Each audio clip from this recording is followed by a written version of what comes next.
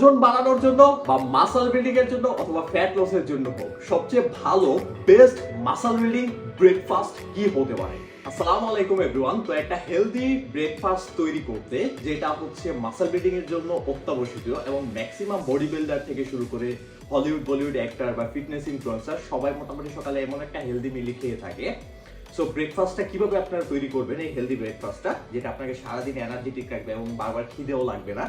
So কি কি উপাদান আছে প্রথমে দেখায়। এখানে হচ্ছে চিয়া সিড, যেটা আপনারা চাইলে ইউজ করতে পারেন, না ইউজ করতে পারেন, ক্যালসিয়ামের অনেক ভালো সোর্স।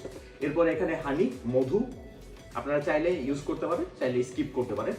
এটাতে হচ্ছে আমি ওটস কুক করে রাখছি, এই যে ওটসটা এটাই আমি এখানে কুক করে রাখছি। এখানে যে ফলগুলো দেখতেছেন যেমন কলা, আপেল, আম, এখন এগুলো হচ্ছে আপনারা চাইলে ইউজ করতে পারেন, চাইলে স্কিপ করতে পারেন, এটা আপনাদের ইচ্ছা।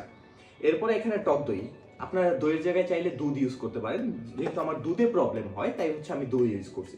এরপরে এখানে হচ্ছে দুই ফ্লেভারের দুইটা পিনাট বাটার, যেটা হচ্ছে মাই নিউট্রিশনের আমি এই পেজ থেকে নিয়েছি।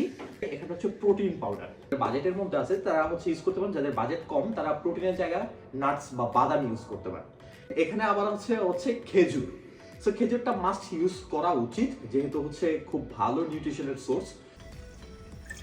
তো প্রথমে একটা পাত্রর মধ্যে আপনি কুক করা যে ওটসটা হালকা গরম করে নেবেন আর কি, 1 মিনিটের মতো দিয়ে দিবেন। এরপর এটাতে হচ্ছে টক দই দিয়ে দিবেন, আপনার কাছে দুধ থাকলে আপনি দুধ দিয়ে দিবেন, আমার কাছে টক দই ছিল আমি টক দই দিয়ে দিছি।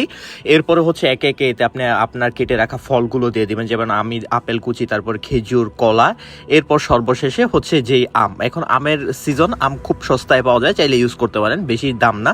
এরপরে এতে চিয়া সিড দিলাম, চিয়া সিডের পরে এতে একে একে দিয়ে দিব হচ্ছে মধু।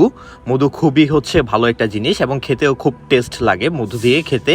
এরপরে মধু দেওয়ার পর এতে হচ্ছে দিয়ে দিব আমি হচ্ছে পিনাট বাটার, মাই নিউট্রিশনের ডার্ক চকলেট পিনাট বাটার এতে একটু দিয়ে দিলাম। এরপরে হচ্ছে হাফ স্কুপের মতো প্রোটিন পাউডার এতে আমি অ্যাড করে দিলাম।